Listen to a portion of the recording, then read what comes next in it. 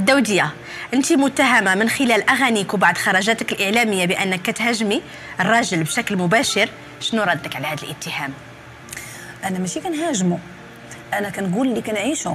يعني أنا سوا راجل سوا امرأة، يعني حنا العيالات ماشي كلنا خايبين الموال، والرجال ماشي كلهم زينين. أها، حنا فينا وفينا، والرجال فيكم وفيكم.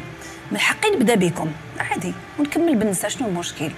يعني كاين اللي راجل باقي في مصروفه حاصل، ما عرفش اختو فاش خدامه كتجي كتعطيه، مو شي بانيه كطيب ليه، باك عساس كتسنى يجي باش يعطيك الفلوس عمرها ما كانت كتشري نفوس، مخبي بليتك مورا لحيتك باش تقول لي انا راجل. لا، الرجل راه شان وهمه كلمه ضرب الارض نحس بيك راك راجل، نحط غير بلغتك في الباب ونقول راجل كاين في الدار، ماشي تبقى ناعسه اش من وقت تجي امك وطيب لك تيجي باك ويعطيك وتجي ما يمكنش. انا سي نورمال غادي نوض ونهضر معاك باش تنوض توقد، ما كندويش لا حاشا لله باش كندوي على كاع الرجال. لا، كاين الرجال اللي كتدخل في الجبال شداد، كاين الرجال اللي شداد ما شاء الله.